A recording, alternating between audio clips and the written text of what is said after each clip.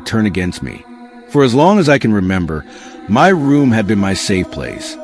The one corner of the world where I could shut everything out. I lived alone in a modest apartment, nothing fancy. Just 2 small rooms with peeling wallpaper and a creaky wooden floor that groaned every time I walked across it. It wasn't perfect, but it was mine. And then, one morning, everything changed. I remember waking up groggy. Sunlight pushing to the thin curtains, dust floating lazily in the air. For a moment, it was just another ordinary day. I stretched, rubbed the sleep from my eyes, and swung my legs off the bed. That's when I saw it. On the far wall, just above my desk, there were words scrawled in thick red letters. I see you. At first, I thought I was still dreaming.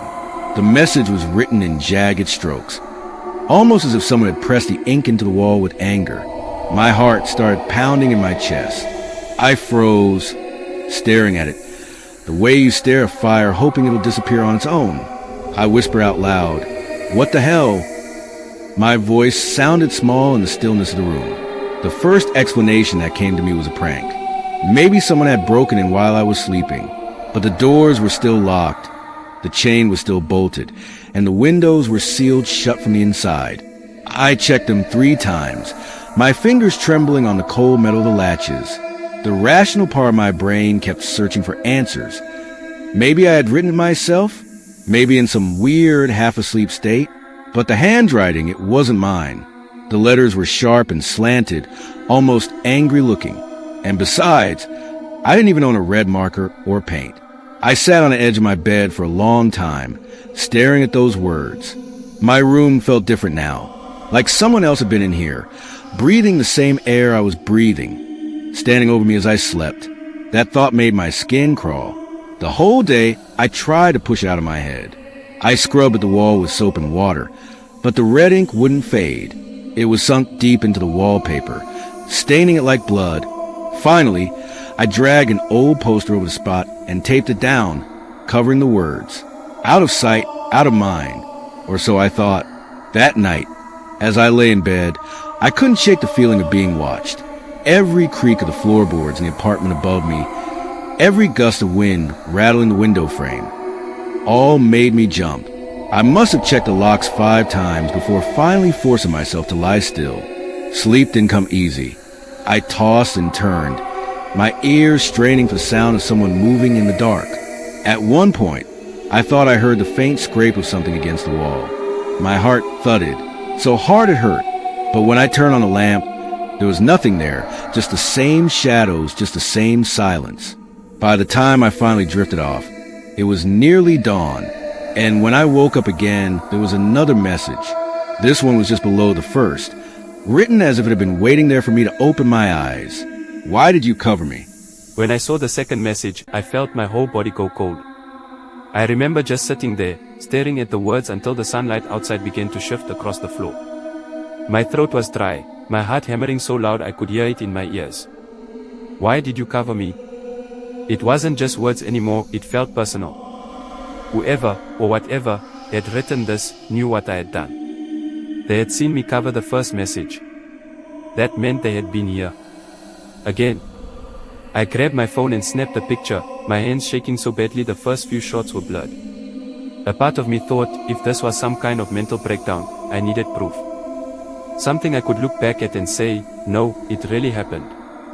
The problem was, I had no one to send it to. I didn't have many close friends, and the few people I did talk to, I couldn't exactly text them a photo of creepy writing on my bedroom wall and say, hey, someone's breaking into my place every night and leaving me messages. They'd think I was joking. Or worse, losing my mind. I spent the rest of that day pacing the apartment, checking every possible entrance, every crack or gap where someone might slip in. I even checked inside the closets, under the bed, behind the shower curtain. Nothing. That night, I didn't sleep at all. I sat awake with every light on, a kitchen knife resting on the table beside me. My apartment was small, so I had a clear view of the bedroom wall from the couch. I kept staring at it, waiting. Listening. At some point, I must have dozed off, because when I blinked awake, the first thing I saw was new writing. It hadn't been there before. I like watching you sleep. The words stretched across the wall in long, dripping strokes, as though they'd been written slowly, carefully. I stumbled backward, nearly tripping over the coffee table. My chest tightened, I could barely breathe. Someone had been in here. Again. While I sat just a few feet away, I grabbed my phone, scrolling to the landlord's. Daniel came over that evening, just like he promised. When I opened the door for him, I must have looked awful. Sunken eyes, pale skin, twitching at every sound. He gave me this worried half-smile. "Man, you look like you haven't slept in a week." "I haven't," I admitted. My voice cracked, weak from exhaustion. "It keeps happening, every single night." He glanced past me into the apartment, his brow furrowing when he saw the wall. I hadn't covered the new message. I wanted him to see it. "Don't bring him here." Daniel whistled under his breath. "Creepy, I'll give you that. But are you sure you didn't do this?" I clenched my jaw. Why would I terrify myself like this? He shrugged, pulling out his phone to take a picture. I mean, it could be sleepwalking or some kind of stress thing. People do weird stuff without realizing. I didn't bother arguing. I was too tired. Instead, I asked him to stay. We set up in the living room with mugs of coffee, the TV on low for background noise, and my bedroom door wide open so we could both keep an eye on the wall. Hours dragged by. Midnight came and went. My head bobbed with sleep, but Daniel nudged me every time I started to drift. Around 3 a.m, the apartment grew unnaturally still. Even the TV seemed quieter, the air heavier. I felt it before I heard it, that faint, scratching sound. I snapped upright. "Did you hear that?" Daniel muted the TV. The sound came again, a soft, deliberate scrape, like nails dragging slowly across wood. "It's the wall," I whispered. We both stared at the blank space just above my desk. The surface was smooth, pale under the lamp glow. Nothing changed. Nothing moved. Daniel exhaled shakily. Probably pipes. Old building noises. But I saw the way his hands tightened around his coffee mug. He didn't believe his own words. The noise stopped after a few minutes. Nothing appeared on the wall. By dawn, we were bleary-eyed and jittery, but the surface was still clean. No new messages. Daniel left that morning, convinced it was all in my head. "See? Nothing happened when I was here. It's stress, man. You gotta calm down, get some rest." But the second he was gone, I felt it, that crushing weight in the air, like the room itself was waiting for me to be alone. And sure enough, when I woke the next morning, there was a new message. "I told you not to." The words sprawled across the wall, bigger than before, written so forcefully the wallpaper was torn in places. I sank to the floor, my chest tightening. It wasn't just the words anymore. It was the anger behind them. Whoever was leaving these messages, they weren't just watching me. They were punishing me. I stopped sleeping after that. How could I? When every time I closed my eyes, I imagined her standing there in the corner, watching me breathe, waiting for me to drift far enough into unconsciousness so she could press her words into the wall. Every surface in my room had become stained. The desk wall, the one by the bed, even the bathroom tiles, they all bore her jagged red messages. I scrubbed until my hands bled, but nothing came off. It was as though the walls themselves were bleeding ink, forcing her words back out no matter how hard I tried to erase them. I thought about moving out. I even packed a bag one night, shoving clothes into it with frantic hands. But when I turned back toward the bedroom, a new message was already waiting for me, written in fresh, wet strokes. "If you leave, I'll follow." I dropped the bag. My knees nearly gave out. That night, I sat curled on the couch, hugging my knees like a child. I couldn't call Daniel. He wouldn't believe me. I couldn't call the police. What would I say? An invisible hand is writing threats on my walls. So I stayed trembling as the apartment grew colder around me. And then, at 3:17 a.m., I remember the exact time because the clock glowed across the room.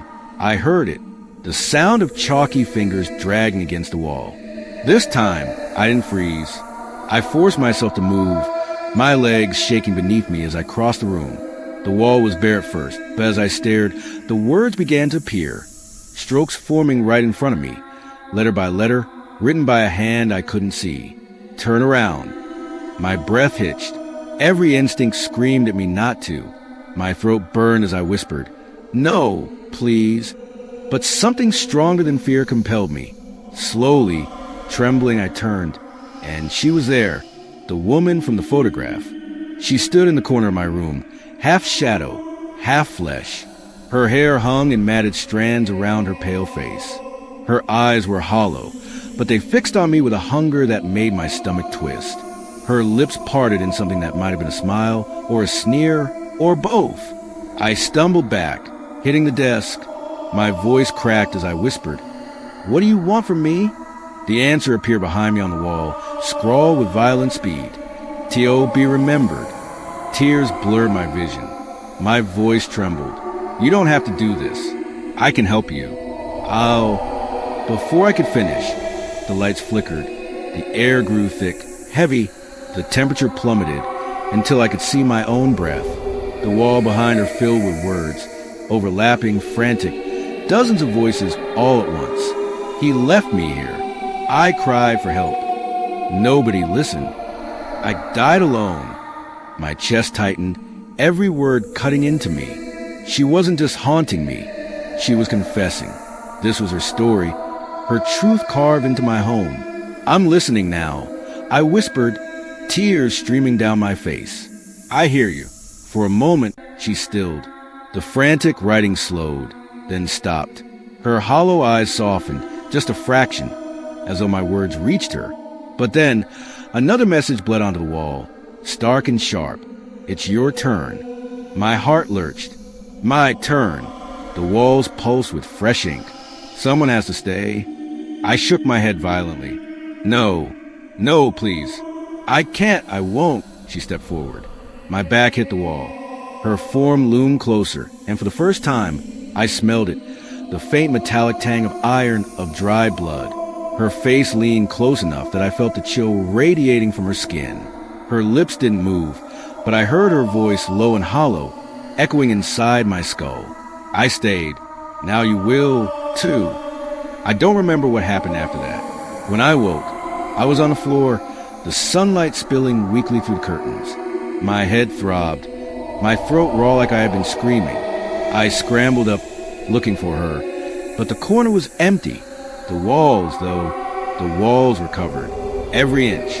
My name repeated over and over in jagged.